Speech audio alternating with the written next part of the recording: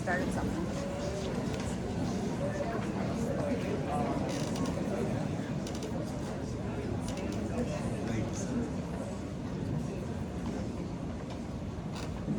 Thank you all for being here. We'll call the Monday, May 19th, 2025 regular board meeting of the Southwestern City Schools to order. Roll call, please.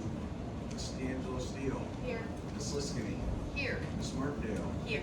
Mrs. Peterson. Here. Mr. Bosso. Here.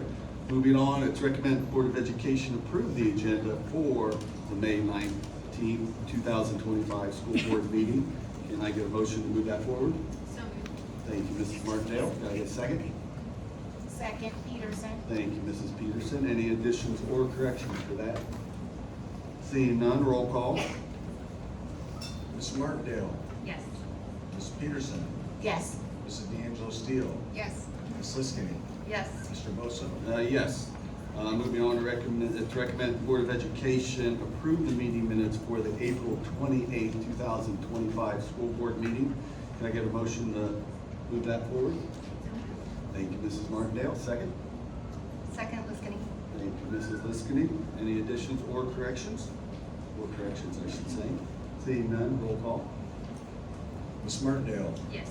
Ms. Liskini. Yes. Mrs. D'Angelo Steele. Yes.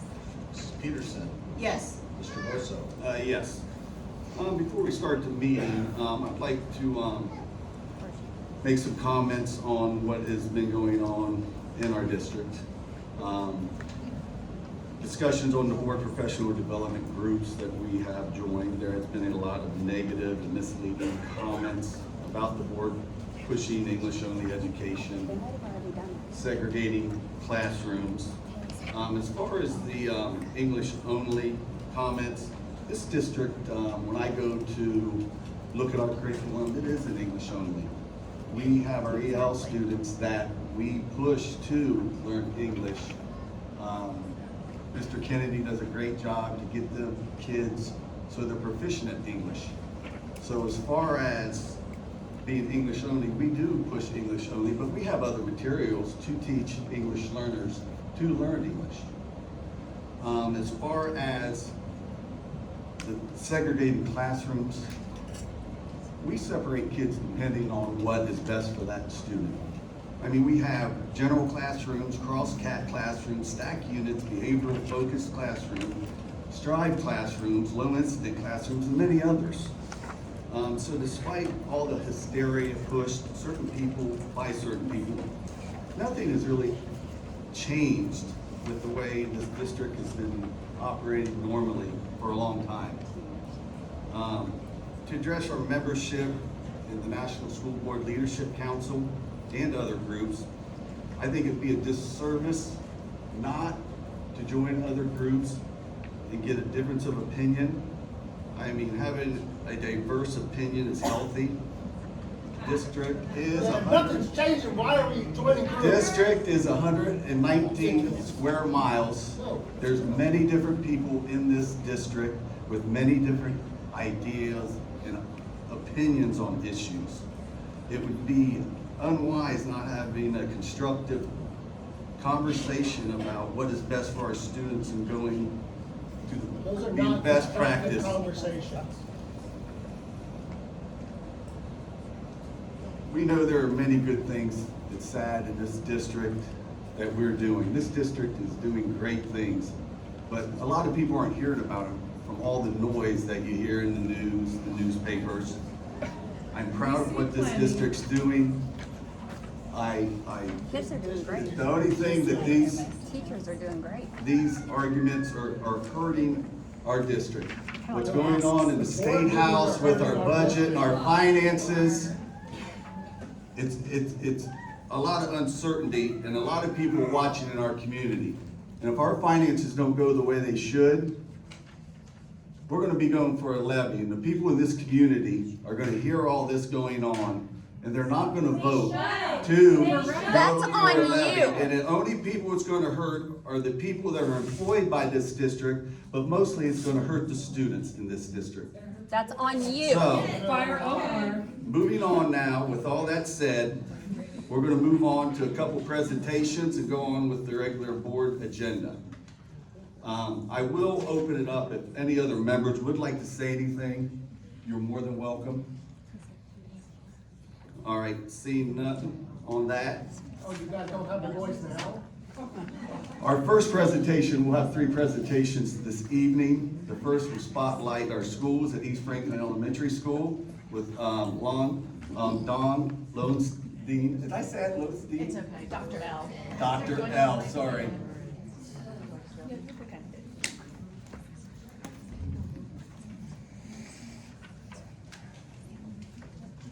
Good evening, President Bosso, Vice President D'Angelo Steele, Board of Education members, Mr. Banks, Mr. Garside. I'm Dr. Dawn Nordson, and it is my true privilege and honor to stand before you today and talk about the journey that East Franklin Elementary School has taken in this past year. We met in August of last year to talk about what was our goal. What did we want to be known for? What was the grocery store conversation in the checkout line? We wanted to be known for 3 things. Academics, that was reading, writing, and math. Attendance, if children are not there, they cannot learn and we cannot teach them. And parent and family engagement, they are our most important partners in doing this work. So we started with literacy. Not just reading and not just writing, but that true partnership of literacy and writing and reading together. We wanted our children to be writers. We inspired them to be writers. By being writers, they applied all the things they were learning in their phonics lessons and their literacy lessons, and we taught them, and it carries over to reading. Our kindergartners are writing 5 pages on topic with capitals and periods, and I challenge a non-educator to read it because you can. We're creating writers that have a message, have a story, they're proud to tell it, and it looks the same in all of our classrooms. When you look at our math instruction, vocabulary is key. Math vocabulary is its own language, and I imagine all of the people behind me in the red shirts would echo that sentiment. We know children have to know the vocabulary before they can use the vocabulary. They have to be able to talk about it before they can write about it. We've worked very hard to have our kindergarten, 1st, 2nd, 3rd, and 4th grade teachers all sit at the table together, so our kindergarten team can use those words that they're going to hear in 1st grade, and 2nd grade, and 3rd grade. So it's not new learning, it's more learning of the same. We know to do this important work, teachers have to have professional development. They have to have the time to say, what do I need to help my children? And they need to look at that data. What do my children need moving forward? Our team spent time together, giving up half days, giving after school time to really look at what are we doing? Are we doing what's best by our children? And how do we adjust accordingly? We already have a plan in place for next school year so that all of our staff meetings, TBTs, professional development is one embedded process, not a one and done. The other thing we are very proud of is attendance. We got them here. We improved our attendance by over 1%, which might sound insignificant in some avenues and some arenas, but we all know how huge that is. It is hard to get a 5-year-old to come to school someday, but we did, and we are very, very proud of that. That's only part of our journey. Parent engagement and opportunities for children was the next part. Partnerships. We brought in 2nd and 7, not just for the once a year reading in partnership with Janet Kassoff and her team at 2nd and 7, but because of our partnership, we have athletes from Franklin Heights High School coming over once a month. The powerful thing about that is little people can see themselves in these student athletes. Those athletes deliver the message, you have to be in school, you have to love reading, you have to try even when it's hard. It's amazing to hear from those athletes when they run into those children at Kroger or Walmart and they hug them and they say, I know you, you made a difference. Who benefits more, the little people or the big people? I don't know, both. We also partner with the Children's Hunger Alliance. We're very proud of the fact that every child has access to food 1 day a week. We want to take care of those food insecurities. When children feel good at school, they can learn. We have to meet their basic needs, so we're very grateful for that partnership. We also partnered with King Thompson Realty. Every child got a coat going into winter, a brand new coat. That's important when you come to school in the cold and don't have one. Engagement with families was huge. We need our families to come in, not just for parent-teacher conferences, but we need them to come in for everything. We started Eagle Assemblies this year, so we have quarterly assemblies recognizing perfect attendance, art, music, PE, and our house winners. We have a house system, so we recognize all of those students. Every parent, caregiver, guardian of a child receiving an award got a personal phone call. Your child is receiving this award, please keep it a secret. There is nothing that makes your heart prouder for a 5-year-old to walk into the gym and they see mom, dad, grandma, grandpa, and every aunt and uncle that could get the day off from work. It reminds us all why we do this work. We also brought families in for Day in the Life. We started the school with experience your child's life for about an hour and a half. They sat on the floor and were read to by teachers. Now parents understand what it means to be a first grader, a second grader at East Franklin. We've got parent-teacher conferences, trunk or treat, holiday spectacular, spring carnival, multicultural night. Spring carnival's this Friday, 5 to 7. If anyone has time, please come. The other thing we did after all of those events is families were given a survey. What are we doing right? What can we do better? We have our perspective. We know what we think families want, but we need to hear from them. The other thing is we have opportunities and supports for students. We started student council this year. We have our Eagle News Network. So we have video announcements led by 3 student anchors every morning. We have OSU College Mentors. So every Tuesday we had 26 students go to Ohio State University to experience college life. Every Tuesday was, I'm going to college today. Yes, yes you are. For some, that will be the inspiration that they need moving forward. We have our Franklin Heights student athletes coming over once a month. We also have them coming over to support us with field day at the end of this month.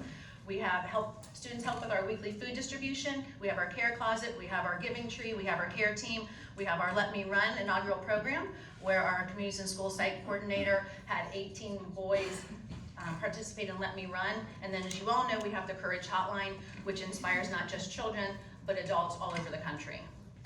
Those are the things that we felt were important to us: academics, attendance, and parent engagement. So to sum it up, who are we? We're about academics, we're about attendance, we're about parent-family engagement. We are 4 houses, we are 1 East Franklin, but we are all Eagles. Thank you for this opportunity to share our story.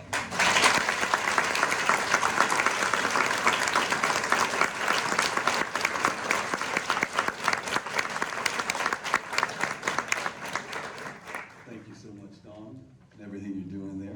Anybody got any questions? I don't have a question. I just want to say kudos to you and your whole team. You're doing amazing things there.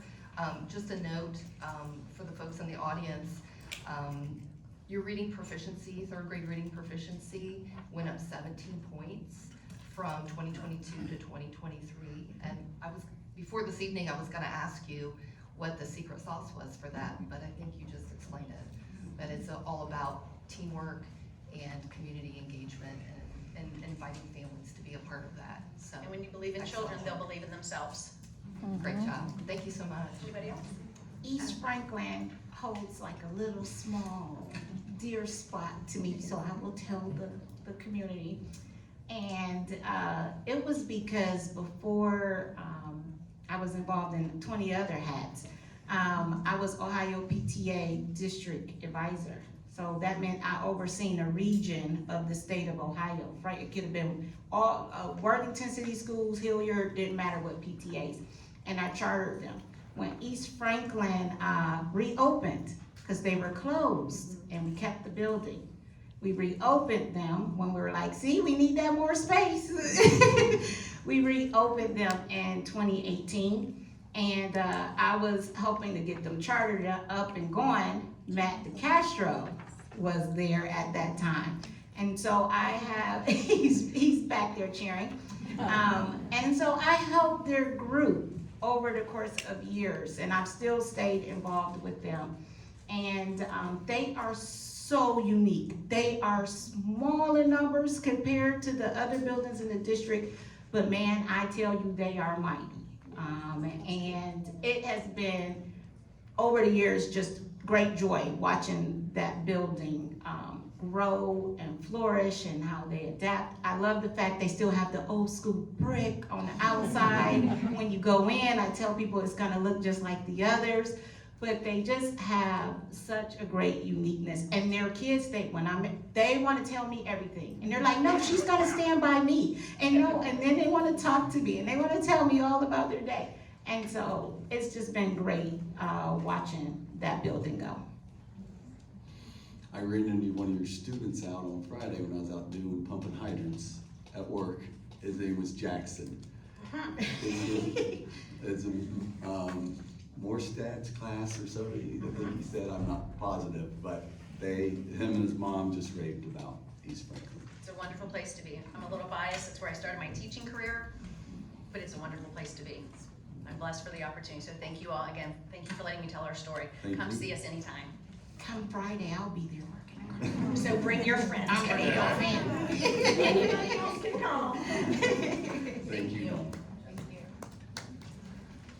Moving on now to our next presentation, it's Board of Education Goal Update on Behavior and Human Resources with Dr. Brian Bowser and Mr. Matt Jordan. Good evening, President Bozo, Vice President D'Angelo Steele, members of the board, Mr. Banks and Mr. Garside, and I get to follow Dr. Lauritsen with that great story. We're here tonight to just give a very brief update on some progress we've been making with the board priorities. Next slide, please. Tonight we're going to update you on the maintaining the integrity of the learning environment and human resources. So next slide. So since about spring break till now, here we are in early May, each executive director met with each principal group, and each principal went back and engaged with each SSC, which in this district are our leadership teams, that's what we call them. And we built conversations around here in the spring. What a great time to talk about maintaining the integrity of the learning environment. What's going on currently? What are your reflections around disrespect and distraction? And what does the data say? So this executive directors are going to update you on the stories that were told.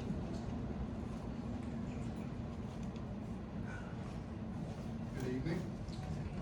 Dan Gerard, I'm the Executive Director of Elementary Education. And I think Dawn has left, but I'm so proud of the work Dawn and all 16 of our elementary principals are doing and their staffs. So I want to say that, working hard.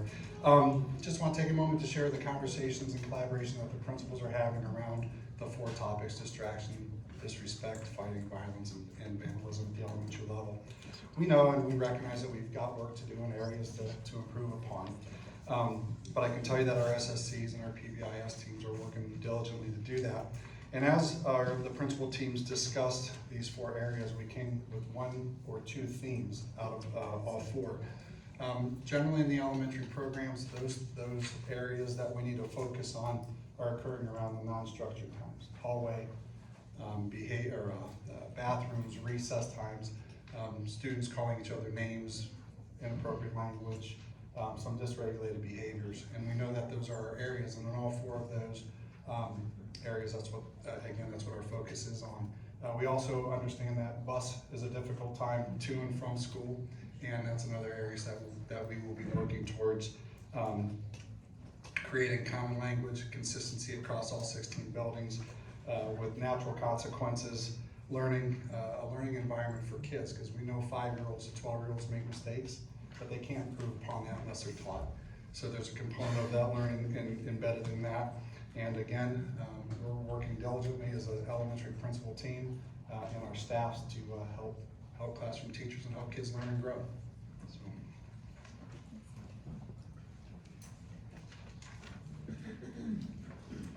Good evening, Cheryl Spain, Executive Director of Middle Grades. Nice to see you. I wanted to thank the board for leading the process of cell phones. I really feel like, and I've said this before, that it's really made a difference to the middle grades, and the SSCs have been working really hard on this topic and many others. But what we've noticed is we're tweaking the building processes as we go, but we're trending in the right direction with that data. The disrespect, we do recognize that this is a problem, particularly peer-to-peer conversations and how people talk to each other in language and tone. So that is something, we've got some really good thinking in the SSCs for next year and some plans already. But the fighting, and that's, fighting and violence, that tends to move with different cohorts of students. We've seen it move grade to grade, but we're gonna keep working on that calibration in particular with the discipline.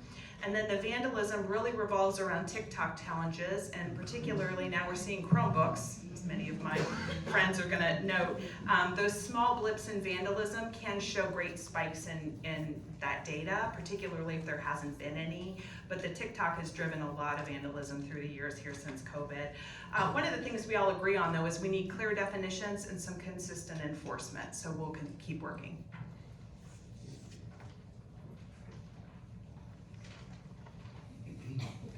Hello, Eric Shuey, Executive Director with the high schools. I'm going to talk a little bit about everything that the others have talked about. Starting with cell phones, luckily, we're cured at the high schools. We don't have any more problems. I'm joking. We are very thankful that the board is backing up the policy and helping us enforce that policy. We have noticed that distractions are significantly down. Learning and engagement are improving. It is anecdotal. We're digging into the data to get more concrete evidence to show some correlation. So that is happening. We do know we still have some work to do, and we're going to continue to make that a priority, enforce that policy.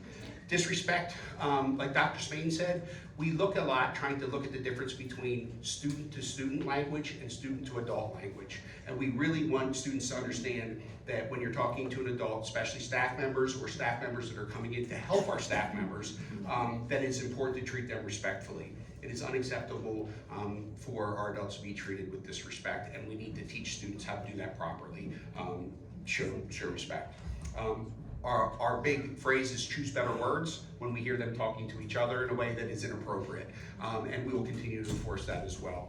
Fighting violence is down across the board at the high schools. If you look at the data, if you listen to the stories, it was spiked in the fall, we think due to summer drama that bled over into our school year, down significantly in the spring. So we're going to continue to pay attention to that when we start the school year next year, knowing that this is a trend that we can maybe be proactive about.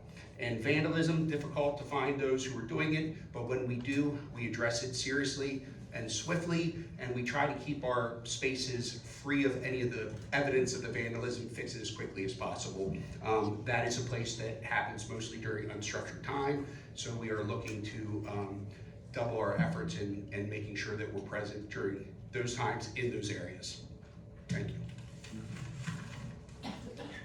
Next slide, Meredith. So what's next is we all are ready for a much-deserved break here. We will get underway, now that we've heard from everybody, at our administrative retreat in early August, planning some activities and planning around how to start the school year to put SSCs and leadership teams in the right position to start the year off on the right foot. So with that, any quick questions before we transition to HR? I just want to mention something.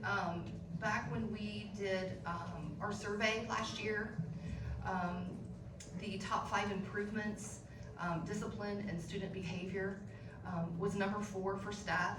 It was number 1 for parents in the community, and it was number 2 for students.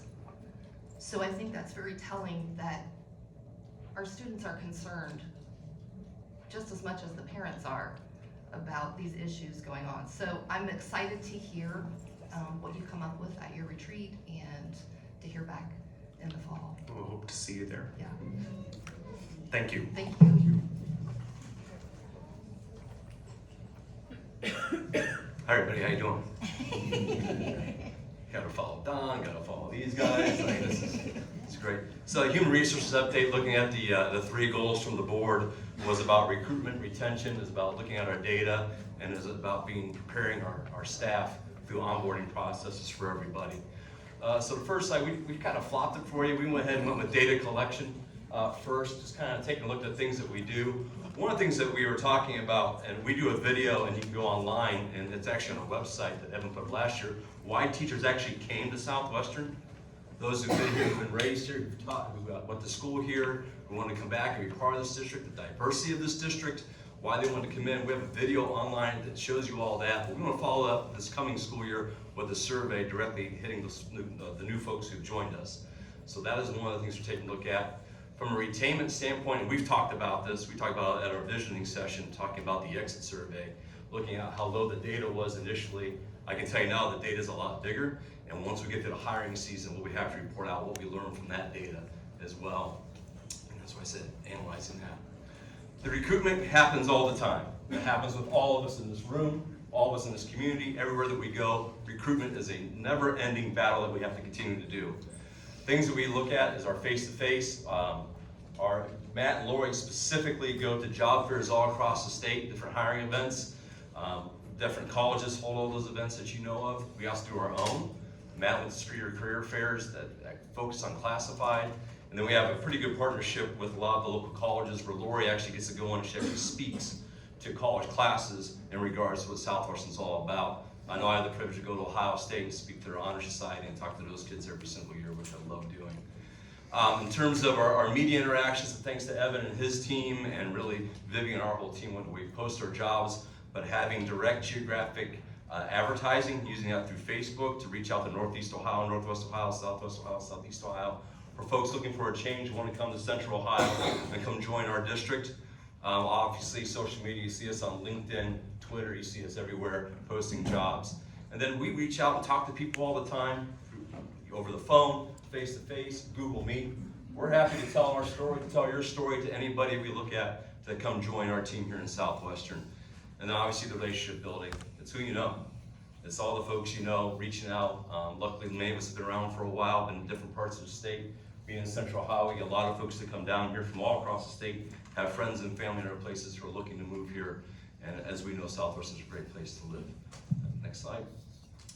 Looking at preparedness for staff, kind of the onboarding, and I kind of jumped in and piggybacked off of a Dr. Lusher presentation with Inspire You from way back when, but our connection with Western Governors University, allowing our staff to attain credentials and become certified, hopefully become teachers, whatever they want to do, having that connection to grow here. Grow your own. We've talked about this before. We're identifying staff, classifying students who want to become teachers and who are applied for that through the Chancellor's office. We have not found out yet how many folks have accepted that or received that $7,500 per year. And this year we instituted the military incentive, which is done by the state of Ohio, which is $3,000 to a military veteran who started work after July 1st of 2023. We've done that with 2 folks, and we talk about that with folks that we bring in at this point in time. Onboarding enhancements, we'll be talking about this in August. This was definitely an issue for Mr. Banks when he hired me back last May and June, talking about this, looking at what do we do for administrators or certified and classified. We made some minor adjustments this year, but we'll roll that plan out to you in August as things looking to do in 25, 26. Remember, you hire somebody new, you kind of take that first year to kind of see what's happening before you start doing craziness. Okay, next one then is just looking forward. To tell you what, we are excited to look what we're talking about, feedback we're getting from everybody, implementing those things through the 25, 26 school year. We'll take a look at all the data, make adjustments as necessary as the problems might be, and then look to report to you in August to kind of share where we are and share a lot of that data with you so you can see what we're seeing. Okay? Any questions? Matt, this may have been stated somewhere or before, so excuse my brain loss. For our new hires, Yes. I know we probably check in with them after the year and see how things went for them, like in their first year with us. Okay, so that's the group I'm targeting. My question is do we do like a mid-year report, like in the middle of their employment check-in survey to get feedback? No, so all of our I'm just new, curious. brand new spanking teachers out of college are part of the RESA program, and they are partnered up with the teacher who works with them all year long and their administrator. And then obviously our teachers who are experienced to come to us, obviously with the collective teams that we're building, but an actual, and that comes back to what we'll be looking to enhance for next year is what does it look like in terms of your yearly check-in, monthly check-in on things we need to be focusing on about Southwestern. So. Okay, I gotcha. So then they verbally are giving feedback. Mm-hmm. So there's no like survey. Yeah, we don't have one of the things on there would have been a stay survey is on Yeah. that is to go into next year, which is brought up, we talked Okay. about that division session. And I asked that question because it's not that I might not like my mentor, I might love my mentor. They're great, right? But sometimes something you might be thinking that you don't want to come off like I'm being negative or something like that, but maybe great feedback that we don't know from a person. They may give that in a survey or anonymous share for improvement, and we want to make sure we don't miss that because some people just are not going to verbalize that. And I'm just saying that from real work, experience as a supervisor and my new case managers and just select things. Like I just wanted to make sure that it was something where they're giving that feedback, but it may be something they might not want to necessarily share. But I'm like, tell me so we know how to improve. We want to know how our new teachers and staff are doing and things like that. So that's why I was thinking of the anonymous piece. Yeah, I try to do that so people don't know I'm talking about Dr. Lusher. I don't mean to put you on the spot, but it's something that I mentioned at the visioning session and something that's a priority of mine, and that is hiring and focusing on folks with disabilities and just kind of where we are with that. So we share all our openings with them, and what we've talked with the Ohioans with Disabilities. Obviously, we want to hire anybody who can fill the needs we have in this district. want to apply. They have our job descriptions, things we're putting out there, and are walking their folks through on how to apply. That's where we are with that. So, okay. Thank you. Else? All right, thank you. All right, moving on now for our last presentation will be our 5-year forecast and budget for the fiscal year 2025-2026 with Mr. Burke. President Boso, Vice President D'Angelo Steele, members of the board. Tonight I'll update you on 2 items. The 2 items I'm going to discuss tonight are the 5-year forecast that's required to be updated in May of each year, and our proposed budget for next school year, which is the 25-26 school year. Go to the first slide, please. Thank you. As you can see, if you're looking at this chart, the black represents revenues, the gray represents expenditures, and the gold, it's not a pot of gold, but it is gold. That's our cash balance. And you can see, just by getting the visual from it, we are starting to, our expenditures are starting to outpace our revenues. We do have a positive cash balance. Our target is 3 to 6 months. That's where we like to be, right around 3 to 6 months of our operating expenditures as a cash balance. I'm going to talk about that a little bit more when I talk about the state budget, but we currently have from 9 to 2 months cash balance if you go throughout the years. In fiscal year 26, we have a 9-month cash balance, but in 29, we only have a 2-month balance. So that's a little bit lower than where we want to be. Important note again, expenditures are outpacing revenues in future years. So go to the next slide, please. Some of the numbers that derive these cash balance and the revenues and expenditures are, I do have a conservative approach on doing the forecast. Try not to surprise you on anything that, if I say we're gonna have a certain amount of money, that it's not gonna be much less than that. Hopefully it'll always be a little bit more. So I do take a conservative approach to putting these numbers together.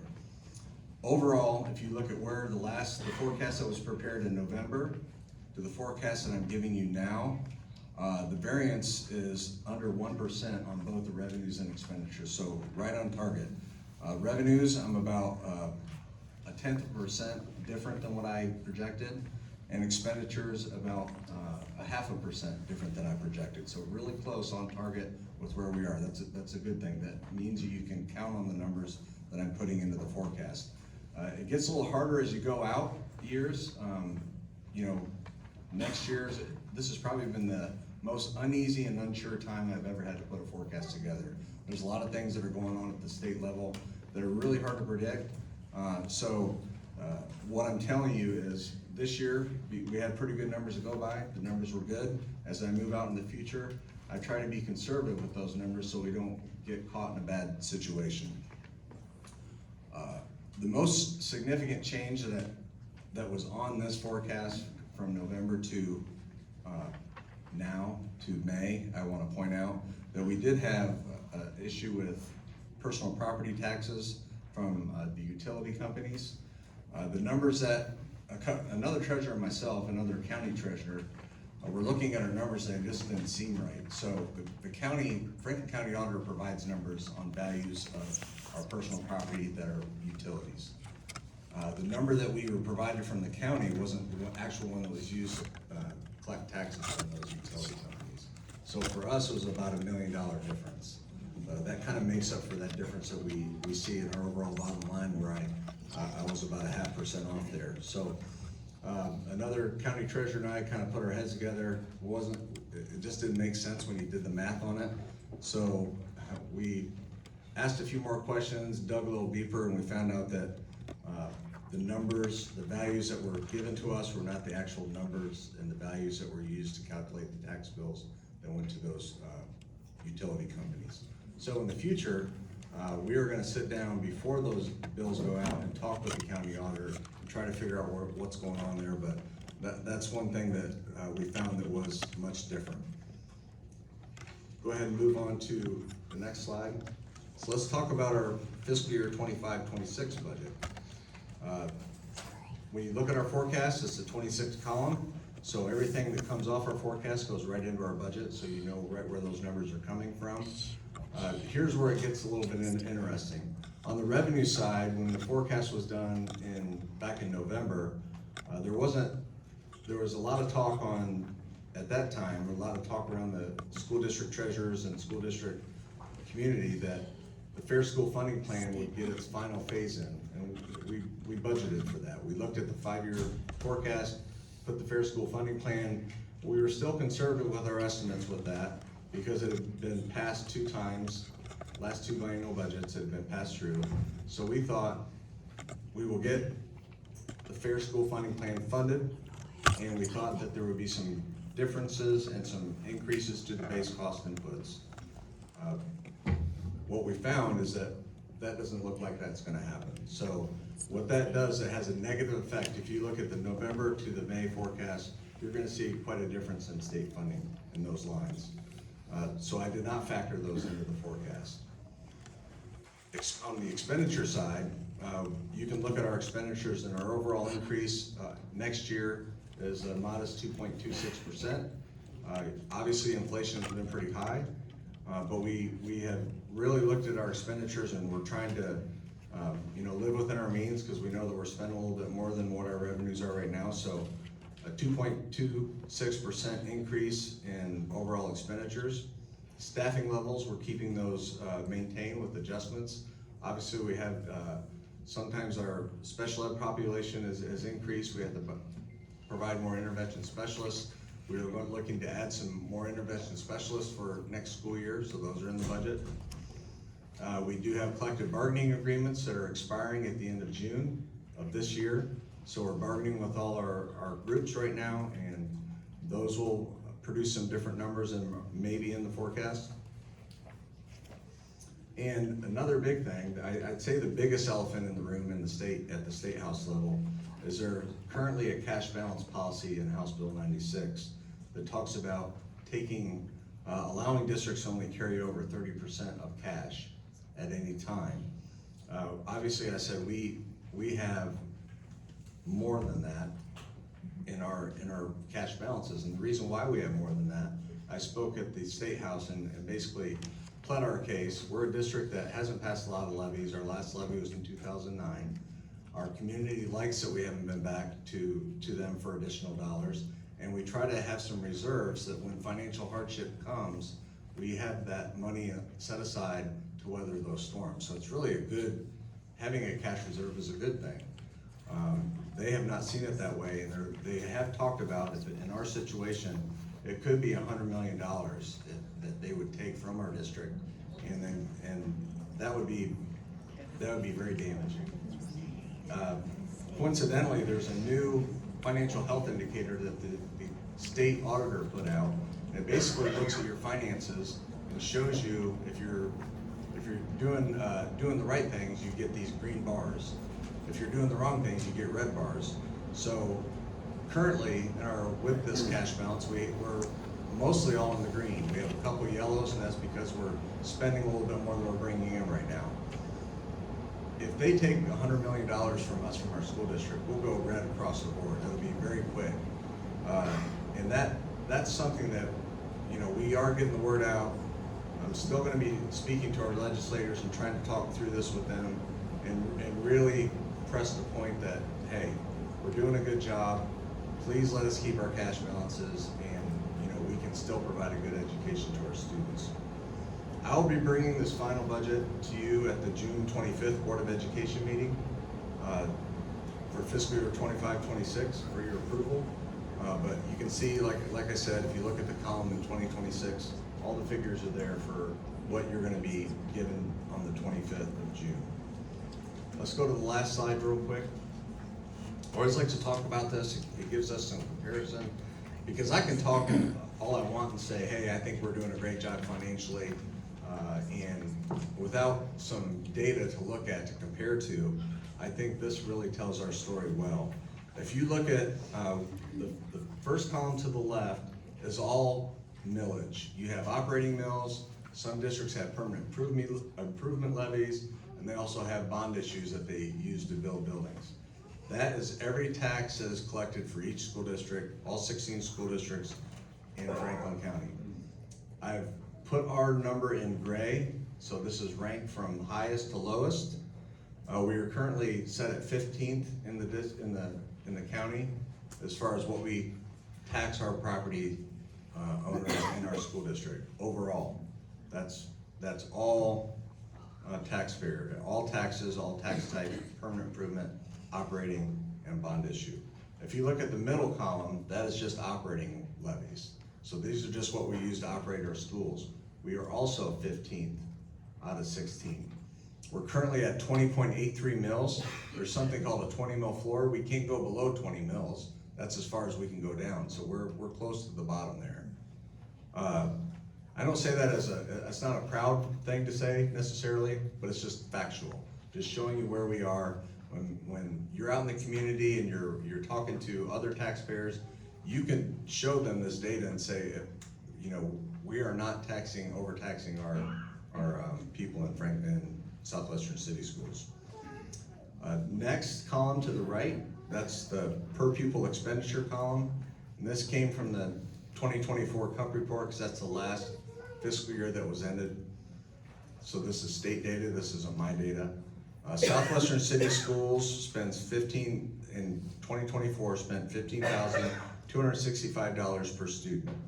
Franklin County average is $16,311. If we multiply the difference between those two numbers and multiplied it by our student, we would have about $38 million more we would be spending per year. That's a pretty big number. If you look at the state average, we spend less than the state average. The state average is $16,311 per student. If you took just the state average, we would spend almost $22 million more overall per year. So this is a pretty quick and easy chart to look at that you could take off our website, show people. It tells a good story, I believe. We're doing a lot with the students that we have, a lot with the resources that we have, and we're always trying to do better. But these tell you the facts of where we are. I think if you're a legislator and you try to say that our school district's wasting money, I would pull out this document and say, hey, we're doing a lot with what we have. So that's all I have for the 5-year forecast update and also the budget update. Does anybody have any questions? I wanted to say, again, thank you again, Mr. Garside, Mr. Boso. I know you guys were down at the State House for maybe close to 5 hours through 3 minutes of speaking time. So I got to see that, and I just want to say thank you again for spending half your day down there and advocating for us down here. So I appreciate that. And do you think if your bar graph in the beginning, is this similar, do you have any idea? Is this kind of what other districts look like? So like, do other districts, is the goal to eventually, are your expenditures more than your income? Like, is that kind of how it goes, or? So, how school districts operate, for the most part, a lot of schools you'll see, and especially, a lot of districts have a levy cycle. They pass levies more often. Like every 3 to 5 years? Way more often than we do. And how that works is you collect a big amount at first, but as your expenditures start going up, that amount gets kind of sucked up into that. So we have not been on that same trend. We've really watched our expenditures and tried to mirror what we're doing as far as what we receive from the state and what we think we're going to receive from the state. So it is common to see revenues outpace or expenditures outpace revenues in future years. It's never fun to see that. Me too. Anyone else? Thank you so much, as usual and always. Moving on now, we're going to go to board reports. Or any board reports? Seeing none, public participation related to agenda items. And we do have 3 people signed up this evening. The first will be Katie Stuckey of Financial Forecast and Funding.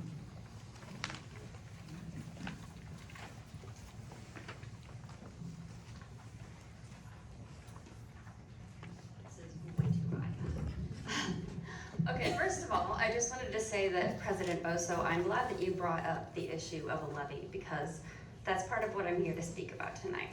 I'm Katie Stuckey. I am both a resident and a product of Southwestern City Schools.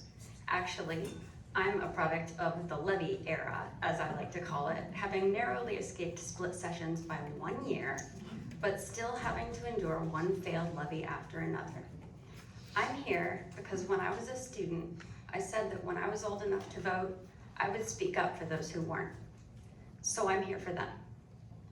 It was 2004, and there had been a crucial levy on the ballot, and it had failed. Adding insult to injury, there had also been a Columbus Zoo levy on the ballot at the same time. That one passed. Let me tell you how it felt to be a student in that situation, to how it felt to see people celebrating what came as a blow to my education, to be trying so hard to do everything asked of me, only to feel completely unsupported by my community. Even then, Ohio's school funding formula had been declared unconstitutional, and yet, in 20 years, no one has lifted a finger to fix it. The cost of funding schools was never supposed to fall on property owners, but with the state making drastic and irresponsible cuts, much like they are doing today, the districts are left with no choice but to appeal to voters. After that night, I got involved in the levy effort. It took 2 more attempts to pass a levy that year, and the rhetoric was awful. I had doors slammed in my face by adults who swore they would never vote for a levy. They blamed us, our teachers, our administrators. The only people they didn't blame were those legislators who had been complicit in the chronic underfunding of public education. I was lucky enough to graduate with honors that would not have been possible had my accelerated classes been cut, as proposed by one budget. But the district continued to struggle financially for 4 more years, before finally passing the most recent levy all the way back in 2009. When I became involved again as an adult, the first thing I mentioned to the board members I met was how it felt to be a student during those years. I made sure to tell them how deeply I appreciated the careful financial management that had kept us off the ballot longer than anticipated, and what a difference that was going to make to students. It was a point of pride for the district. I think we all hoped that someday, when we did eventually have to pass another levy, the community would remember this era of fiscal responsibility that had allowed us to avoid it for so long. That era ended 2 years ago. In that time, the board seems to have reversed course and squandered the good favor earned with the community. Board members claim that they are actually saving the district money, but refuse to point to where and how this is happening. Meanwhile, we know that this board has spent hundreds of thousands of additional dollars between hiring their own personal attorney, joining far-right fringe school board organizations, and turning a qualified superintendent into a political scapegoat. Now, when people eventually walk into that voting booth, that's what's going to be freshest in their minds. Not the preceding 14 years of very careful financial management meant to avoid exactly that situation. This community will not pass a levy easily. If the voters don't trust the Board of Education, it will fail, there will be cuts, and those cuts will hurt. But they won't hurt you, and they won't hurt the legislators that cut our funding. They will hurt the kids, and I know exactly how they're gonna feel, and it is awful. But it's not too late to change the narrative and become good stewards of public funds. In fact, it's your responsibility as public school members, board members. This means having a dedicated and active legislative liaison who contacts lawmakers regularly and pushes for the changes that our kids deserve and keeps the public apprised of new developments. It means supporting public funds for public schools. It means that the 3 or 4 of you who are currently being advised by the overpriced activist attorney need to find a way to do your jobs using the experience and legal representation.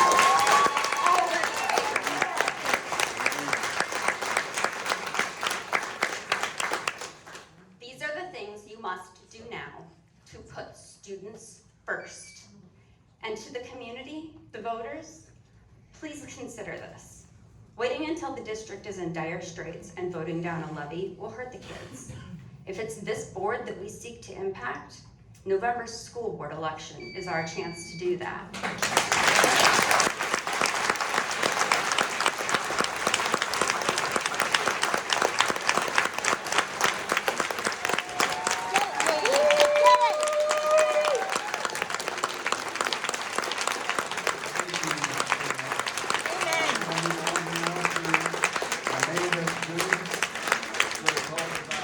Rescinding policy.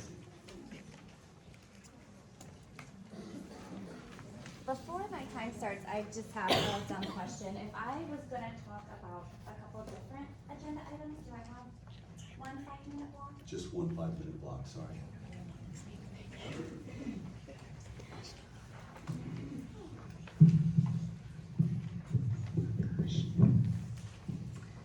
I really appreciate the opportunity to speak today. As an involved parent and community member, I feel it's so important that we as a community have an open and honest conversation about the recent policy decisions being proposed by this board, particularly the Parents' Bill of Rights and what it means for our children. At first glance, the inclusion of a parent's right to be informed about a student's request to identify as a gender that doesn't align with their biological sex may seem reasonable. Parents should be involved in their children's lives.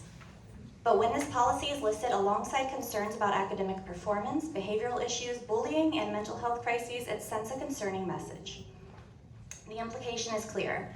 Gender identity is being treated as something negative, something that belongs in the same category as problems like mental illness or behavioral disorders.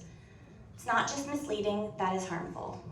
I want to remind the board that for many children, particularly those who may be questioning their gender identity, it may not be safe or appropriate to disclose that information to their parents. We have to acknowledge the reality that, for some children, revealing that to an unsupportive or hostile parent could place them at great risk.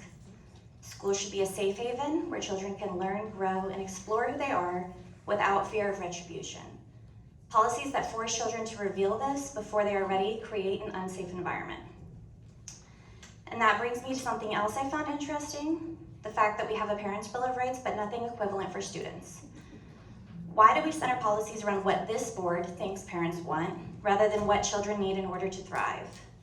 We have a student code of conduct, student handbooks, and special permissions that we require from them, but I have yet to find a student Bill of Rights that addresses their needs, concerns, and protections. And that ties in neatly with the bigger picture here.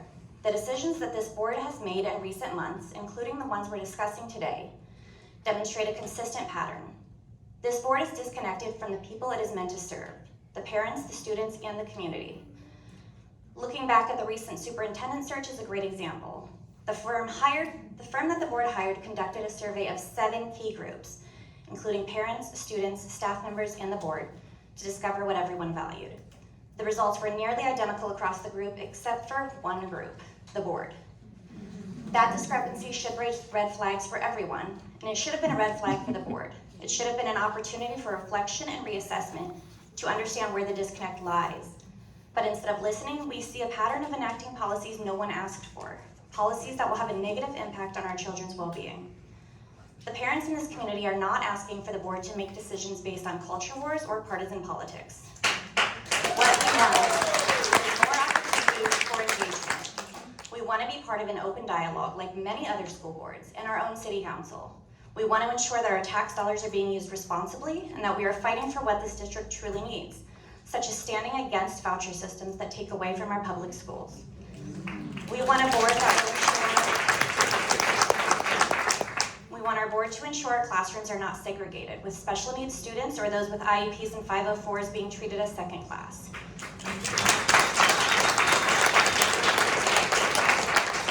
We want a board that prioritizes fiscal responsibility and ensures that every student, regardless of their needs, background, or identity, has the support and opportunities they deserve. We want a board that acts with integrity and transparency. Recent actions have raised serious questions about both here. When there's more time spent in closed-door executive sessions with a lawyer who has already been documented as meeting privately with several board members, a lawyer is also documented as saying, the main value that lawyers provide is being able to give attorney-client privilege and they can help guide a board outside of the public sphere. Actions that are questionable and illegal, how can we trust that the decisions being made are in the best interest of our children?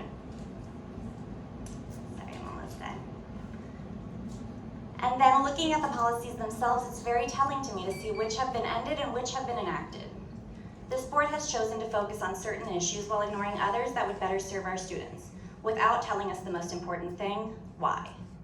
Why are we focusing on divisive policies that create harm when we should be focusing on real issues like teacher pay, improving student services, fostering a more inclusive, supportive environment for all students, and getting better results for everyone? At the end of the day, the board's role is to serve all students and families, not just those they personally agree with. This often requires being thoughtful, curious, and truly listening, not just to evoke a minority or those who echo your own thoughts back to you, but the community as a whole. I implore this board to reconsider policies that harm our children and instead take a step back.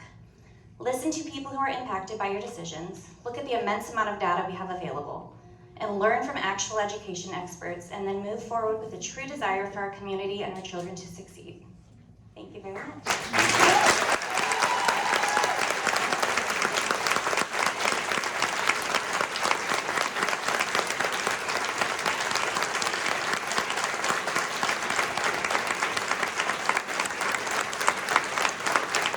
Next we have Joshua, I think it's Burton, Joshua Burton. And he's talking about overcomes the students first, I think it says. So. Actually, you know what, I'll just ask you, I called in and signed up the other way too, didn't know if I had to sign up that way, should I wait to talk? This is about, You're here too, Josh? Yeah, I'd just hold off. okay, If it's I'll get you not- at the end, thanks. If it's not agenda, No, okay, thank you, sir. either way. All right, moving on now, we're gonna go to student, staff, and achievement liaison. Ms. Liskey. Thank you, President Bozo. It's great to be around the table this evening. This evening, under Board Education Student and Staff Achievement, Southwestern City Schools Student Achievements. Want to say congratulations to Westland High School Corral for earning a superior 1 rating at the OMEA State Large Group Contest earlier this month. This top distinction reflects their hard work, talent, and dedication. Way to go, Cougars. Congratulations to Southwestern Career Academy pre-nursing senior, Abdi Issei, want to get that right, who was recently named the recipient of the 2025 Spirit of Caring Award by Ohio Health Doctors Hospital. Abdi has completed over 800 hours in work-based learning as part of the hospital's float pool and has recently accepted a part-time position there following graduation.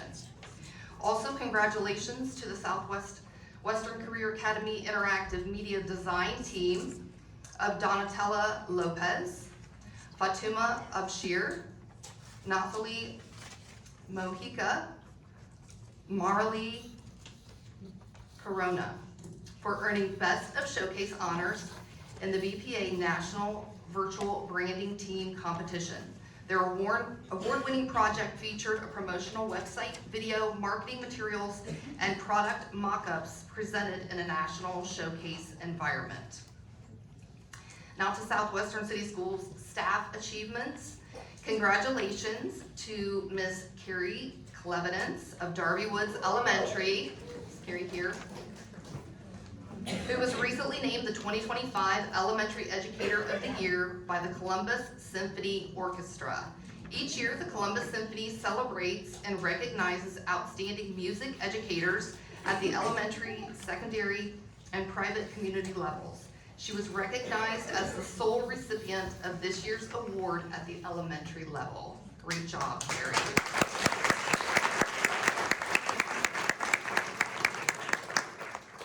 Congratulations goes to the Southwestern City Schools transportation team of Ian Cormack, Laura Price, Alex Merton, and Pam Gilly for earning 3rd place at this year's school bus driver rodeo. 10 district drivers participated in the annual statewide competition, which tests school bus drivers on their knowledge and behind the wheel skills. So if you see that team, please make sure you thank those bus drivers for all their great work and for winning 3rd place. And congratulations to Darby Woods Elementary School Principal, Mr. Brian Novar, I don't think Mr. Novar's here, but I sent him a little message, who has been named the 2025 recipient of the YMCA of Central Ohio's Educator Impact Award. This award honors a Central Ohio principal who has demonstrated a lasting commitment to education and youth development, including strong support for YMCA before and after school programs that help students thrive in and out of the classroom. Way to go, Mr. Novar. And Southwestern City Schools gives back. Grove City High School Student Council members recently volunteered at the Ronald McDonald House at the end of April, where they prepared, cooked, and served dinner for approximately 90 guests. In addition to serving meals, students toured the facility and learned more about the families supported by Ronald McDonald House. Great job, Greyhounds. That is it for me. Thank you so much. Moving on now for items for action under fiscal and operational management, Mrs. Peterson. All right, let's talk money. I have several items to bring forward. First, it is recommended that the Board of Education approve the revised permanent appropriations, CX1. Item number 2, investments and financial statements for April 2025. You're gonna see X2 and X3. It is recommended that in accordance with section 135.14 of the Ohio Revised Code, the Board of Education approve April investments and cash position reports for the month of April 2025 as submitted. Item number 3 is payment of bills, CX4. It is recommended that the Board of Education approve payment of bills according to the list of checks for the month of April 2025. Item number 4 is donations, CX5. Total donations of $72,853.22. Again, continued appreciation, gratitude, and our thankfulness to our continued donations that come in and our donors who support our school district and our community. Item number 5, authorization to pay bills in accordance with section 5705.41, Ohio Revised Code CX6. It is recommended that the Board of Education authorize the treasurer to pay bills for April, which were not processed in accordance with section 5705.41, Ohio Revised Code. Item number 6 is to approve student activity purpose clauses and establish fund/special cost centers. It is recommended that the Board of Education approve the new revised student activity purpose clauses and to create the fund special cost centers as presented in X7. Here's a little background on this one, okay? These student funds for each high school are set up every year for the class. So now we're planning for the class of 2029. Go ahead, 4 years ahead. For the incoming freshman class to account for their class activities from their freshman to senior years, okay? The HVAC student fee account fund special cost center is being created to account for the fees that is associated with the new HVAC program at the Career Academy.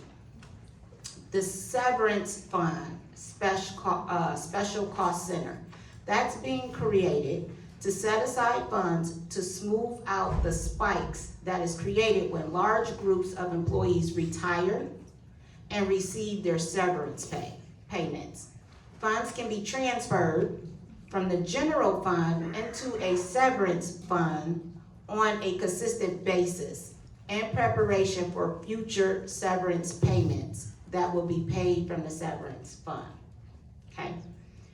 The capital projects fund, that special cost center is being created to set aside funds for a potential Ohio facilities construction commission project that will replace Grove City and Westland High Schools and improvements at Central Crossing and Franklin Heights High School. Roughly 85 You see me getting stopped with all my zeros, and that looked like too many. $85,000 have been identified as locally funded initiatives related to this project for items the Ohio Facilities Construction Commission does not fund, including but not limited to. This is something I'm sure we all commonly have heard when we talk about new buildings, okay? Athletic facilities, auditoriums, the difference between what the OFCC estimates and funds for inflation and what they actually cost. Okay, so that is what that category means. It's 85 million, not 85. You see me like, okay, it's a whole bunch of zeros, and I was like, my font and print, I Yeah, keep we doing can't it. get an auditorium for 85. And I was like, I think there's more zeros in there, and, you know, I'm like in my progressive lens trying to raise it up. I was like, I don't think that's right. Item number 7, approval of payment in lieu of transportation. Okay? It is recommended that the Board of Education approve the payment in lieu of transportation list for the 2024-2025 school year as presented. This is CX8. According to sections 3227.01 of the Ohio Revised Code, the average cost of transportation per child in the state of Ohio for the 2024-2025 school year has been determined by the State Department of Education in the amount of $583.86. Here's background on this one. Each year, the district must approve payments to residents to transport their child to school, because the district can provide transportation in what's considered a reasonable manner and has found it may be impractical to do so.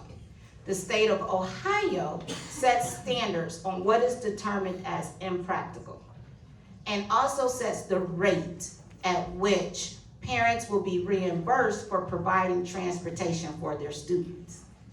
None of these students attend in our buildings. All of them attend either a private or community school or I can't even get the word out, parochial type school. We do provide transportation to some of these private schools and community schools. However, it is impractical to do so for these students. The rate last year was $596.43 per student. This year, that rate slightly decreased. We have about 114 students that is participating in the payment in lieu this school year. So one big thing I learned, because I was thinking when you pass these for kids, like to do the payment in lieu, as soon as the parent agreed we are gonna pay them, they don't get paid to the end of the school year. So even though you're approving them in the beginning of a school year, they do not receive payment till the end of that school year. Item number 8, approval of students deemed impractical to transport. You're hearing me say this again because now we're talking about the upcoming school year, 2025-2026, okay? It is recommended that the Board of Education approve the list of students deemed impractical to transport for the 2025-2026 school year as presented, CX9. According to section 32207, the Ohio Revised Code, the average cost of transportation per child in the state of Ohio for the 2025-2026 school year will be determined by the State Department of Education and Workforce. So background on this one, each year, what I just explained, the district must evaluate the routes for the upcoming school year to determine if the district can provide transportation in a reasonable manner. In some cases, the district will find it impractical to do so. The state of Ohio sets the standards, saying it again, what is determined as impractical, and they also set the rate at which the parents will be reimbursed for providing the transportation for their students. The rate for the 2025-2026 school year, it has not been calculated yet. by the state of Ohio at this time. Go figure. None of the students in the attached list attend our buildings. As stated before, we provide their transportation to them, but we have to approve them now, and then when we go forward, this will come about, okay? Item number 9, appointment of the Ohio School Boards Association, OSBA, Board of Trustees. It is recommended that the Board of Education appoints Denise D'Angelo Steele to the OSBA Board of Trustees for the 2025 calendar year. Item number 10, approval of the 5-year forecast. It is recommended that the Board of Education approve the 5-year forecast as presented. See X10, and the background on this one is the 5-year forecast is going to be presented twice a year. Hugh kind of just said that, at a minimum in November and May. The May 5-year forecast is just an update for the current fiscal year based on activity throughout the year. And it includes any significant changes that's made during the fiscal year.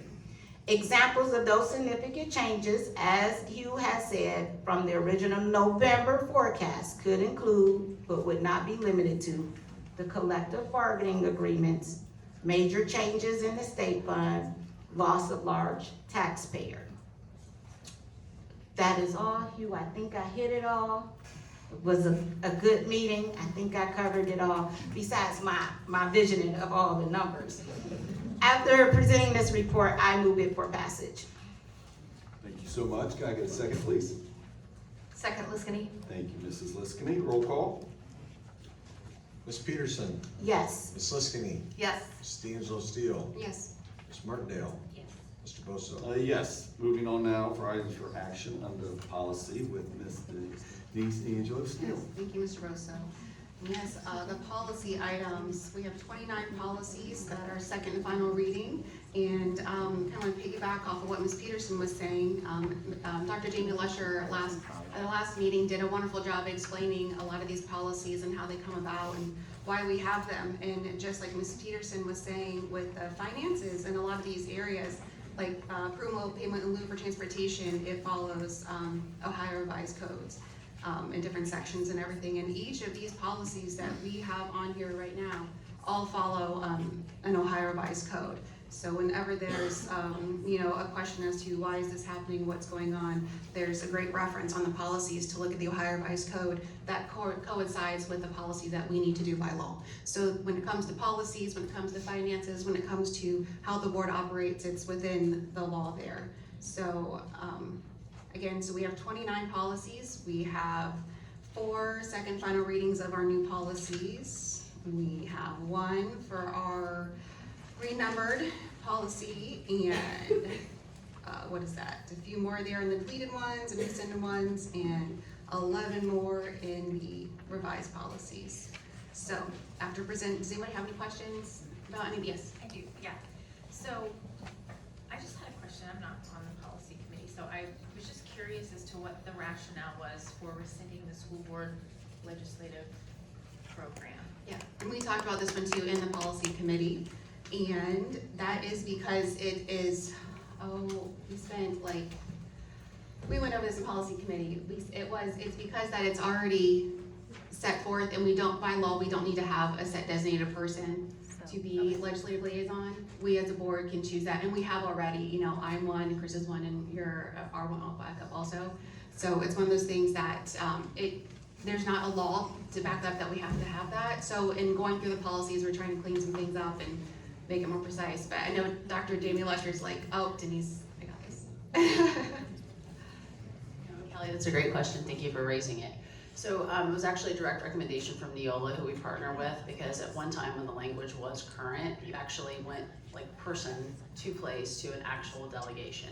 The work has now changed, which gives access to all board members to actually serve in that role as a legislative liaison at any time, so that you can foster that two-way communication and have an impact. So it was was a direct recommendation from Neola. Right, and it made it more open, so like, instead of saying, oh, hey, you know, Denise is one that has to go here because that's what we voted upon, now it's like, hey, you know, I can't go, I can't make it, like, now Kelly can go and do it instead, so, yes, it was one of those Neola cleanup ones. That was a really long policy committee meeting 2 months ago, so. They What a bad time to pull any Right. legislative liaison. Right, So, right. Okay, thank you But that was a for good clearing one, that up. yeah. No, good question, like that, and again, some of the policies, again, YOLA was who we use for all policies, and they're constantly going through everything, twice a year, they send us a drop of, hey, you can do this, or hey, you can take these ones away, and kind of evaluate those when they come up, so. Yes, okay, any more questions? Okay, then it is recommended that, I recommend these all for approval. Thank you so much. Can I get a second? Second, Liskini. Thank you, Ms. Liskini. Can I get a roll call, please? Ms. D'Angelo Steele. Yes. Ms. Liskini. Yes. Ms. Martindale. Yes. Ms. Peterson. Yes. Mr. Bosso. Yes. Moving on now to items for action under curriculum. Mrs. Liskini. Thank you, President Bosso. This evening under curriculum, it is requested that the Board of Education approve the first reading of the math materials adoption, grades 7 through 12, as attached. And I don't know if they're gonna pull that up, but it is, just a little bit of background on this. This has been a thoughtful 2-year process. Thank you, Sarah Weber and her team. They do an amazing job, and I got to be a part of some of that process, and it was great to spend a day with the teachers and just how they look at the math curriculum and what's important to them and their students. So it's been a 2-year process led by a teacher committee that reviewed, piloted, and ultimately selected materials for purchase. So we're looking at the Amplified as Most Math for 5th and 6th, compacted math, 7th accelerated math, 7th and 8th grade math, applied algebra, algebra 1, geometry, and algebra 2, financial algebra with Cengage, statistics and probability from BFW, trigonometry Pearson, pre-calculus Pearson, AP calculus, AB and BC, which I have no idea what that is. AB and BC, I'm not calculus savvy, and that's the Savos and Pearson, and then AP statistics with BFW.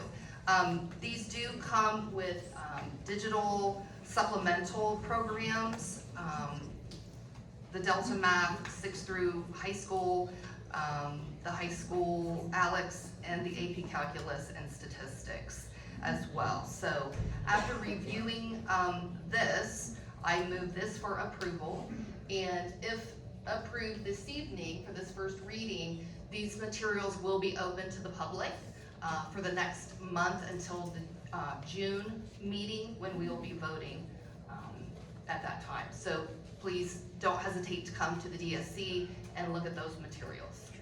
I have a question for you, I'm about to ask. So what do we just show up at the DSC if we want to look at them? Is that the best way to do it? Do we email or call somebody? How do we go about? You can call the front desk. On the website tomorrow, there'll be information posted on how to do that. Okay, thank you.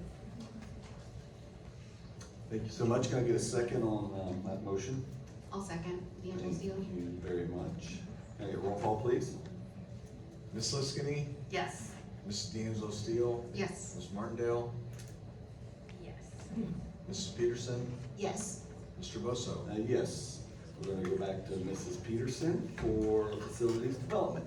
Facilities. Almost forgot. Okay, facilities. It is recommended that the Board of Education adopt the resolution as presented to reject the bids and use private sale for disposition of properties at 1062 School Street, Pleasant Township, Ohio, and 1122 North Hague Avenue, Franklin Township, Ohio.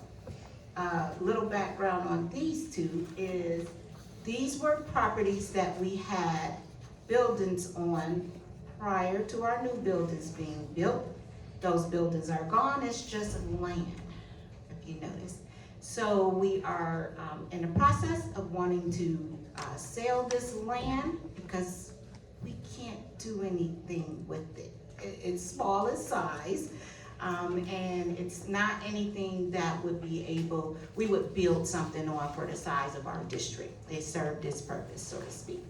And so we are going to make a motion. I am making a motion to reject the bids that came in because we would like to go the private sale route so that we ensure we get the value that we are entitled.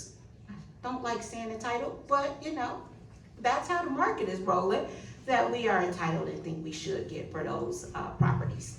So I move this for make a motion for this to be passed. Thank you so much. Can I get a second, please? I'll second. Mrs. Martindale, can I get a roll call? Mrs. Peterson, Yes. Ms. Martindale, Yes. Ms. D'Angelo Steele, Yes. Ms. Liskini, Yes. Mr. Bosso. Yes. Moving back to Ms. Liskini with items for action for schools, students, and community. Thank you, President Bosso. This evening, under students, school, and community, we have 4 action items. The first one is Central Crossing High School cross-country. Student athletes to travel, they have the opportunity to travel and attend the cross-country summer camp at Geneva Hills in Lancaster, Ohio. The trip will be held July 13th through the 16th, 2025, and students will miss 0 days of school. Trip expenses will be paid by students, parents, and fundraising. Number 2 is Grove City High School marching band students to travel to Millersburg, Ohio for band camp at the Skyview Ranch. The trip is planned for August 3rd through the 8th, 2025, and students will miss 0 days of school. The trip expenses will be paid by students, parents, and fundraising. Number 3 is Grove City High School Student Council. They have the opportunity to participate in the Ohio Association of Student Leaders Summer Workshop at the Ohio State University's campus. The trip is planned for June 22nd through the 26th, 2025, and students will miss 0 days of school. Trip expenses will be paid by student council and families. And number 4, the NJROTC cadets from Central Crossing, Franklin Heights, and Grove City High Schools have the opportunity to train in basic military skills and instill desired leadership qualities at Camp Atterbury in Edinburgh, Indiana. The trip is planned for June 22nd through the 27th, 2025, and of course students will miss 0 days of school. And I believe, I don't have it on here, hold on one second. Oh, there it is. Trip expenses will be paid by NJROTC units, students, parents, and fundraising. After reviewing these items, I move them for approval. Thank you so much. Can I get a second, please? I'll second. Martindale's got it. Who's got it? Oh, Martindale. thank you, Ms. Martindale. Can I get a roll call, please? Ms. Liskini, Yes. Ms. Martindale, Yes. Ms. D'Angelo Steele, Yes. Mrs. Peterson, Yes. Mr. Bosso. Yes. Now going on for items for action on personnel with Mrs. Martindale. Yes, thank you, Mr. President. For tonight's board meeting, we have 8 personnel items involving 929 persons. This includes 33 certificated resignations, 1 administrative employment, 10 certificated changes in employment, 223 certificated employments, 146 of those are supplementals, 12 classified resignations, 9 classified changes in employment, and 29 classified employments. And having reviewed all of these, I'm very excited to welcome all this new staff. I move this item for action. Thank you so much. Can I get a second on that? Second, Liskini. Thank you, Mrs. Liskini. Roll call. Ms. Martindale, Yes. Ms. Liskini, Yes. Mrs. D'Angelo Steele, Yes. Mrs. Peterson, Yes. Mr. Bosso. Yes. Moving on now, the public partitioner. No, hang on one second. We've got You Matt's told here. me. Sorry, Matt. It's not on here. Well, I know, it's part of our new onboarding process to bring in new administrators to be at the longest board meeting with the most engagement. Yeah, I'd like to welcome Mr. Larry Riker as our new assistant principal at Franklin Heights High School. It's my pleasure to introduce him. He comes to us from New Albany Local Schools, where he has served as a high school wellness teacher, department chair, and head wrestling coach. He's also worked with Licking Heights Local School District and Norfolk Local Schools. He holds a Bachelor of Arts in Health, Physical Education from Capital University, and Masters of Arts in Education Leadership from Concordia University of Chicago. He has experience in both teaching and interscholastic athletics. Mr. Riker brings a wealth of knowledge in classroom management, team leadership, and athletic program development, supporting more than a decade of head coaching experience. His extensive background in sports management, plan development, curriculum development, financial stewardship will make him an invaluable asset for Franklin Heights High School community.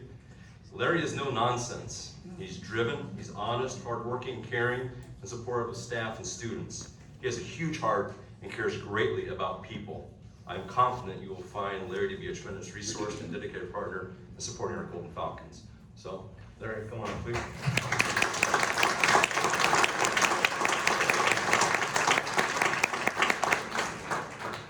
Good evening. So after all that, just thank you very much. This great opportunity to be here and join this team of so many people that care about all their kids. And it's really cool. My junior college experience, I was in Franklin Heights, and now I'm going to be joining that staff, so I'm very excited to be back in the building. Thank you very much. Thank you, sir. Welcome.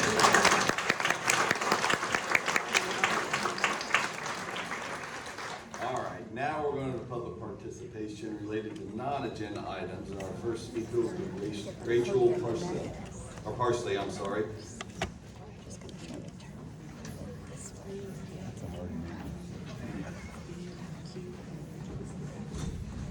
Hi, good evening.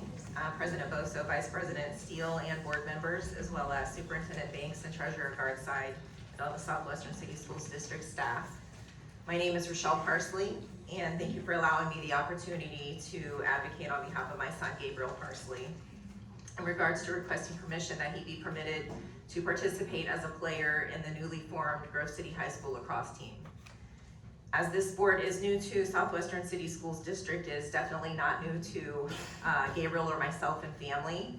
Gabriel has been a member of the Grove City Lacrosse Club team for 10 of its 11 years as a long pole defender. He has been a varsity player since his freshman year in heavy rotation, a starter his sophomore and junior years, and was voted by his teammates as a captain as a junior. He was given the honor and responsibility to manage and coach the defense. Gabriel has received 3 confirmed official college offers and is actively communicating with 6 additional colleges who are continuing to watch his play and skill set for potential official offers. He is a skilled and passionate lacrosse player and athlete. Gabriel takes a heavy school load with many weighted AP classes and has a 3.4 GPA, receives many compliments from his teachers about his great attitude, class participation, and position as a leader at his school. Our family does not live in the Southwestern City Schools District. The district that we reside in does not offer lacrosse, and the reason why he participated in the Grove City Lacrosse Club, Gabriel is a rising senior. As exciting as it is that the district has approved lacrosse to be a school-offered sport, I know that there are some very excited athletes and families about this new opportunity. However, it isn't quite as exciting for us because Gabriel could lose out on his opportunity to play lacrosse his senior year. Gabriel has definitely played an active role in building the program and creating the reputation that the club has a competitive team. I understand that if you grant Gabriel permission, that could open the door for others to ask for permission as well. And being aware of this, I wanted to share with you that there are 5 high school players in total that play on the team that do not reside in this school district, and that their school district does not offer lacrosse. There are 2 rising seniors to include Gabriel and 3 rising juniors. I find that offering a potential solution is always helpful, and my offering is that there could be a one-time permission of players currently on the team that do not attend the Southwestern City Schools District to finish out their high school careers in lacrosse. So in closing, I'm requesting that the Southwestern City Schools District Board of Education give serious consideration to giving Gabriel permission to play lacrosse at Grove City High School for the spring 2026 season. Thank you for your time this evening and the opportunity to address you about my son and what matters to him. Thank you, Rachel. We'll get back with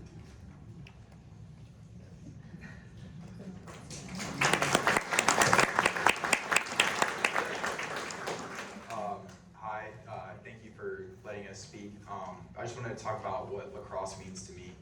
I feel like if you talk to any of my close friends or family, they'll say that lacrosse is the reason why I can't hang out on the weekends, the reason why I am going to the gym as much as I can. It's the motivation of what I do in my life.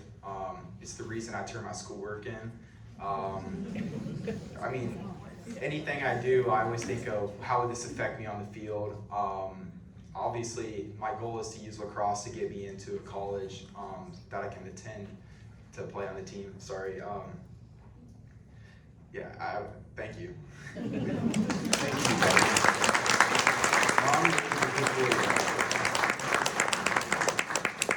Moving on now, Josh Burton, this time, with partnership with the NSBLC.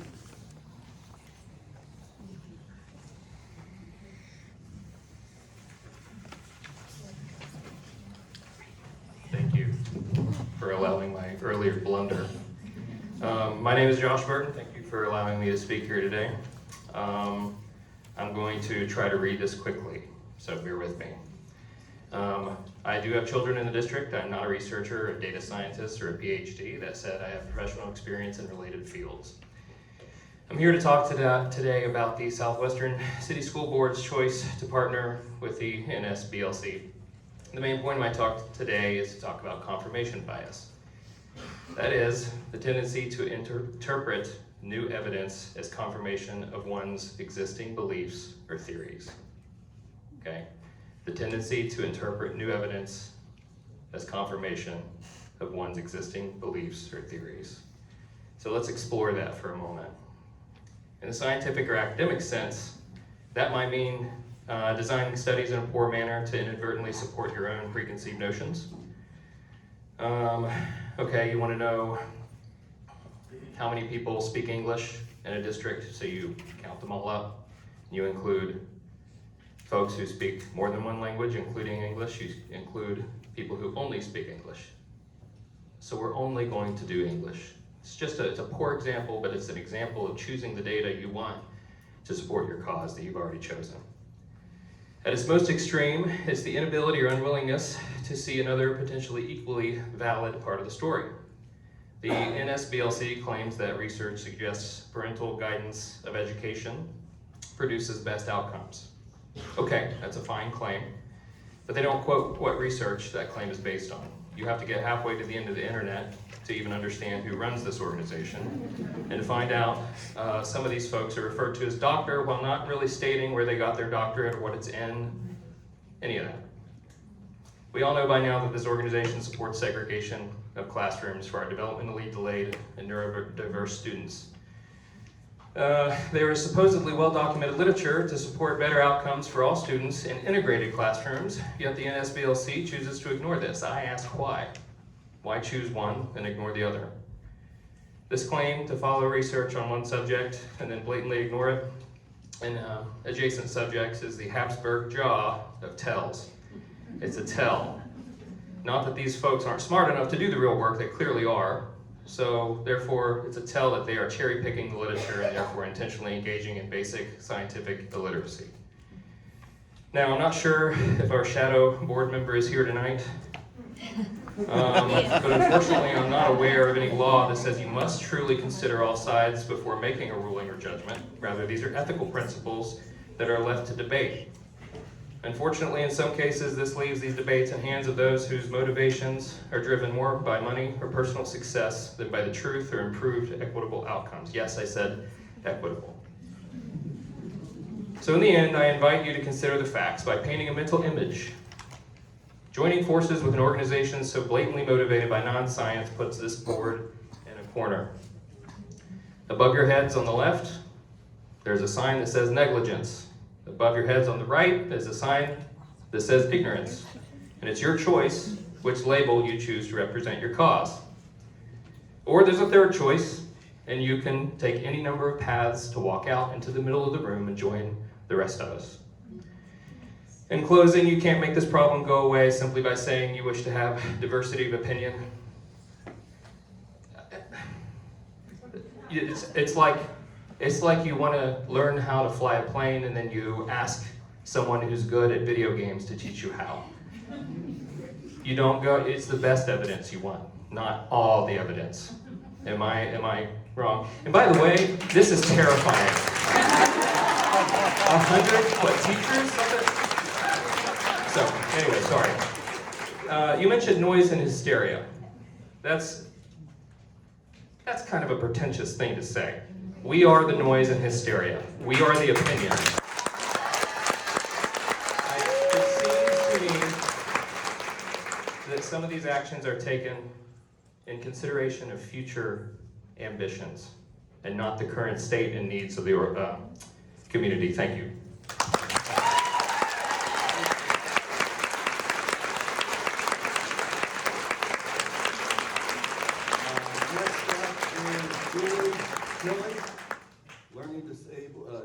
Disabled education.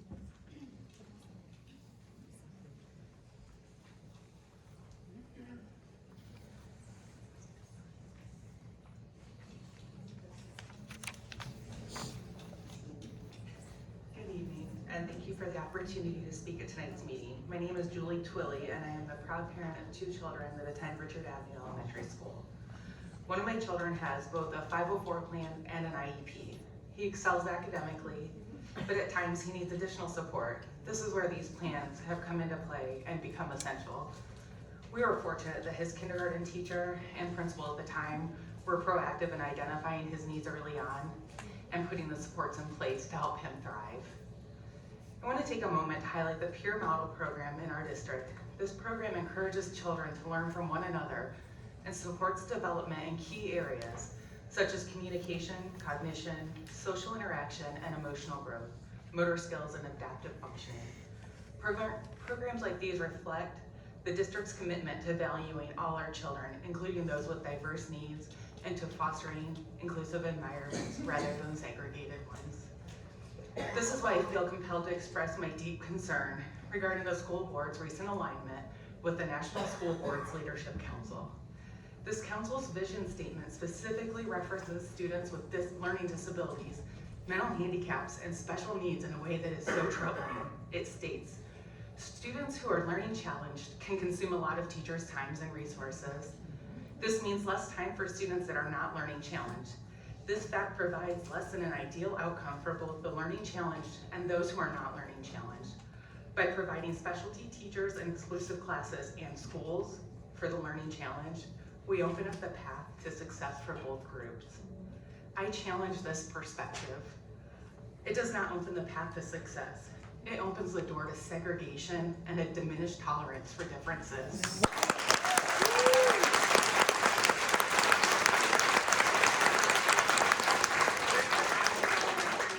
Already has special education classrooms that serve students needing additional support. Importantly, many of these students also participate in general education classrooms for part of the day. They're able to be mainstreamed with their peers. This integration benefits all of our students. As our children grow into adults, they will live and work in a world filled with individuals of varying abilities. They need to learn acceptance and cooperation, not division. I think I speak for most of the parents in this room when I say, I want to raise a child that's not only smart, but is accepting of other people. Amen.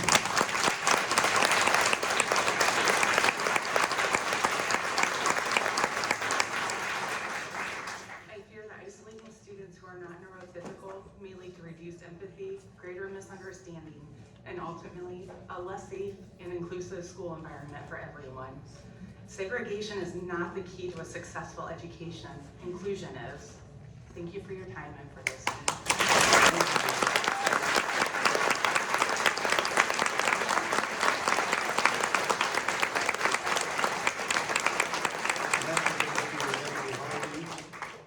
Special education and English learners.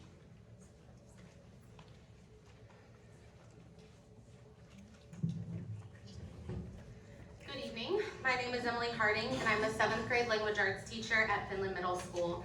And I'm here to proudly speak on behalf of the 1,633 members of the Southwestern Education Association.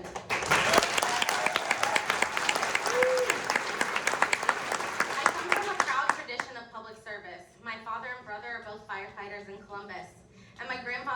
as a Franklin County Sheriff's Deputy, as well as the school resource officer in Franklin Heights in the early 80s. He later became the longest serving sheriff in Franklin County history. My sister-in-law works as a paraprofessional, helping support students with special needs as she works towards getting her degree to be a teacher. My mother, a lifelong public school teacher, has also dedicated her career to serving others. Growing up in this environment, I learned that public service is more than a profession. It's a responsibility and a privilege. That belief is at the heart of everything I do. Supporting and advocating for all of my students is not just part of my job, it's a duty I hold with great care and purpose. In the public district of Southwestern City Schools, our student population of approximately 21,000 is richly diverse. Around 20% of our students identify as Hispanic or Latino, 17.2% as Black or African American, 7.4% as multiracial, and roughly 3% as Asian or Asian Pacific Islander. Altogether, nearly half of our students identify as race or ethnicities other than white. Our district is home to more than 3,800 students who are learning English as a second language, speaking 78 languages between them, reflecting the vibrant diversity within our school. Based on our Ohio School Report Card, our district services 4,356 students with disabilities. That is 20% of our student population. At our most recent school board meeting, Ms. D'Angelo Steele made a motion for the district to join the National School Board Leadership Council, otherwise known as the NSBLC. Ms. Liskany noted that she has previously participated in training sessions with the organization. Ultimately, 4 of our public school board members voted in favor of joining the NSBLC, while Ms. Peterson abstained. After reviewing the NSBLC's publicly available materials, I was deeply concerned that our public school board has aligned itself with an organization that ultimately wants to weaken our public schools. Instead of nurturing collaboration, our board is using taxpayer money to pay for a membership in an extremist organization focused on manufacturing controversies, draining resources from our public schools, and driving wedges between educators and community members, all for a political gain. For example, the NSBLC claims that students with learning challenges can consume a lot of teachers' time and resources, suggesting this detracts from students without such challenges. Their solution? To create exclusive classes in schools for the learning challenge. Research shows that providing support to students in a general education setting benefits all students when appropriate staffing and support are provided.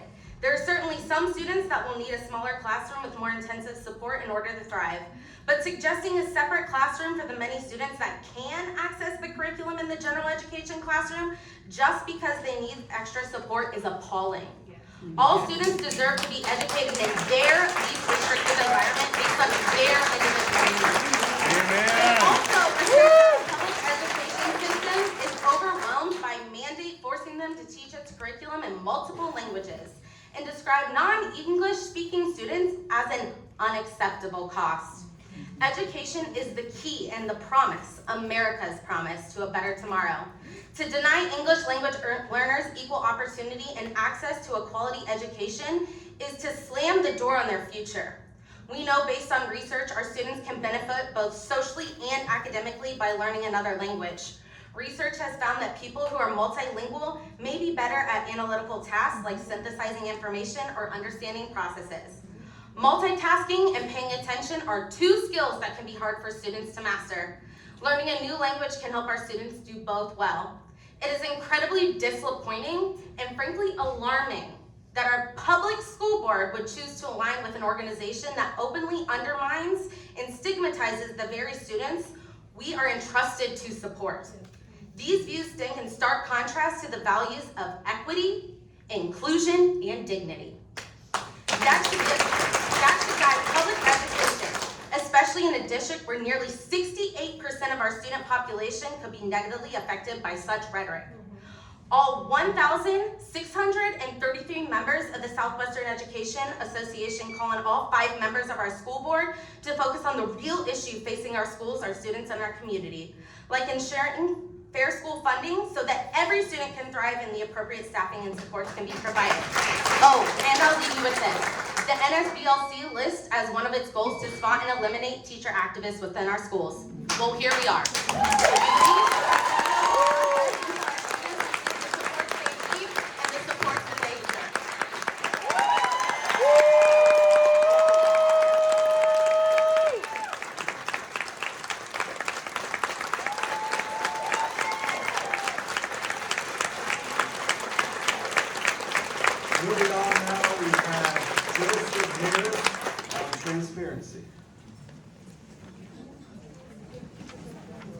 What's that?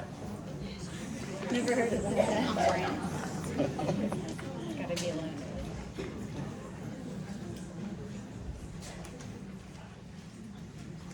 Good evening. My name is Joseph Harris. That's a hard act to follow. My family and I, we moved to the district last summer, almost a year ago. I have 3 children. We are all learning challenged, as the NSBLC so offensively puts it. I'm gonna try to stick to my outline. All the elected board members, when they were campaigning, repeatedly mentioned how important transparency was to them, and they promised that they would be transparent and promote transparency during their time on the board. I had quotes from everybody, but decided for the sake of brevity, I would cut them, and anyone, if you forgot what you said, you can Google your own name and transparency, and you'll find many hits. One actually promised that there would be regular town hall meetings. We just got here, so if those have been happening, no one told me. No. So I have a couple of visual aids that my child, Kit here, pronouns are they, them. They're an 8th grader at North Middle School.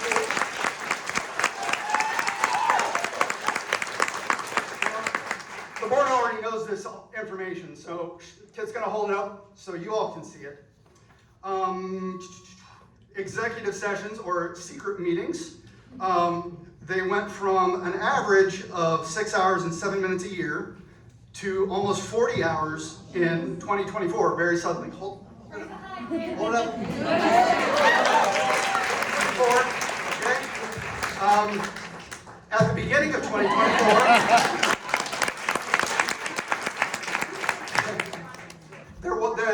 now, granted, I understand there was a search for a new superintendent last year, which had something to do with wearing masks and kitty litter, I guess.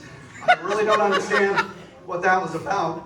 At the current pace of this year, the board is on track to have 25 hours and 41 minutes of secret meetings by December. So what changed at the beginning of 2024? There was a new board president that assumed office at that time. There was a certain attorney that was almost immediately engaged, and that attorney told the Board of Education at Big Walnut that the main value of lawyers provide is being able to give attorney-client privilege, and that can really help guide a board without being in the public sphere, because that's the whole point of attorney-client privilege. Now, the reason that I'm speaking about transparency and not about the NSBLC, which everyone else wanted to talk about, is that I reached out the day after that board meeting to the board members asking for a comment about the very troubling things that were said on the Our Vision page of the NSBLC's website. After several days of getting no response from anybody, I sent another email, and then I got 2 phone calls from one board member because I put my phone number in my email signature. I got an email from another board member asking to have a phone call, and I got another email that was lengthy but really didn't say much. What I wanted to know was whether the members of the board that voted to join this organization were aligned with this organization's stated vision, particularly regarding the segregation of special needs students. As I myself, being a special needs student, learning challenged, before IDEA, was kept in a segregated special education classroom for several years in elementary school and middle school, which resulted in me graduating second from the bottom of my class as a senior. I have the emails here. When they go for their secret meeting after we're done, then anyone that wants to read them, they're right here. I guess that's all I have to say. Thank you.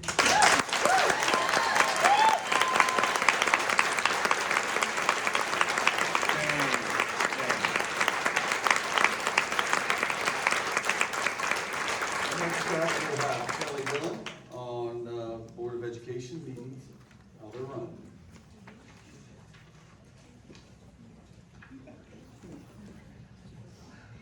Thank you for the superintendent superintendent and board for allowing time and space for the public to comment. During board meetings like this one, public participation is not just crucial, but necessary in order to hold our board accountable and the public informed. I signed up to speak about how decisions are made by this board. Typically, boards like ours, I'm going to say board and rules a lot. Boards like ours follow Robert's Rules of Order. I make this assumption that this board follows Robert's rules because of how every meeting so far, including this one, has run. Approval, seconds, votes on agendas, votes, moving into executive session, for example. Robert's Rules of Order dictate any discussions are to be opened and closed by a first, second, and then the majority. At the last school board meeting, an approved agenda item opened the meeting to discussion regarding participation or membership in different board organizations. I am not here to discuss the outcome of that discussion. At no point was the discussion officially closed. At no point was a vote to adopt any recommendations suggested, seconded, or voted on. Out of order, you took an item for discussion and put it up as an item for policy. So what? Items for discussion are not just for discussion amongst the 5 of you.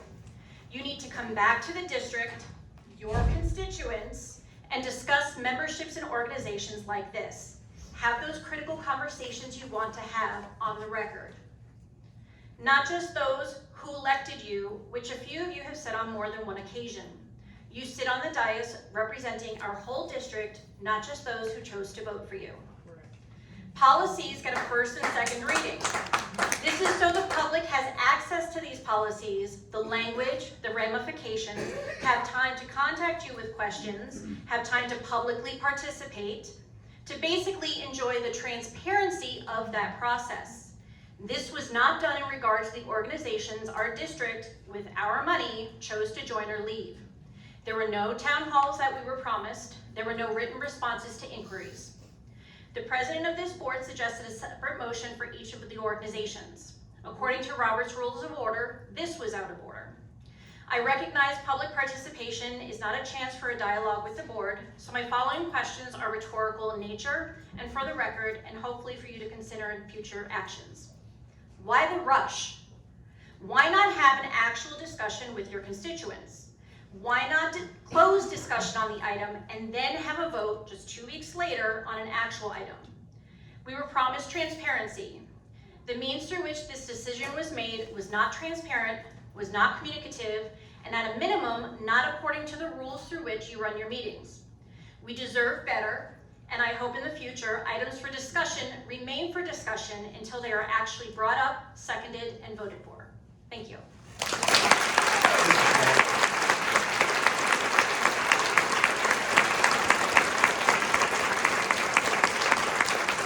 Moving on now for items for discussion. Does anybody have any items for discussion? I was gonna bring up a little bit. I've been speaking with Mr. Bobo from OSBA and everything, and I was hoping to get everybody more involved with everything. You know, last year I went to a lot of meetings and I attended a lot of kind of continuing classes like School Board 101 and Central Committee meetings and all of these things. Every month there's at least a meeting or two that you can be a part of and webinars and everything. So I kind of wanted to piggyback off of, since we had the OSBA trustee part on there today, piggyback off of that, what Mrs. Peterson had. And,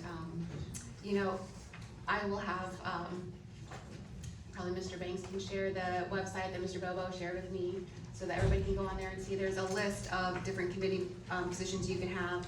OSHAA legislator position, board member cabinet, you can do student liaison person. So anyway, if there any other board member who doesn't have a role necessarily on OSBA, there's a lot of opportunities to become an active role. One coming up here in July, August is the delegate position. I know I did that last year also, but after doing it this year, I realized it'd be really great to have somebody else do that one with me, or someone else do that role. I was at the convention every single day for at least 8 to 10 hours every day to meet all of the duty requirements that I had. So, which is fine, I did it, but I want to share that experience with everybody else. So, again, I don't mind doing it, but if somebody else can do it, I think that'd be a great opportunity for them too. So we'll bring that up. I think Garside, that's on the July, August one, yeah. because that's a time when they also bring out the conversations that OSBA likes to talk about in November. So, but that was, again, there's awesome websites, links. Their website is, it's kind of confusing, but once you figure it out, there's a lot of information on there. Because there's information there. Followed by a town hall meeting. Moving on now to, we're going to go into executive session. It's recommended the Board of Education adjourn to executive session according with policy 0166 to prepare for conduct or review of negotiations or bargaining sessions with public employees and to consider the employment, dismissal, discipline, promotion, or compensation of public employees. You're more than welcome to stay. I don't know how long we'll be back there, but there's no other items on the agenda after our executive session. Thank you for being here. Did he get a sunburn during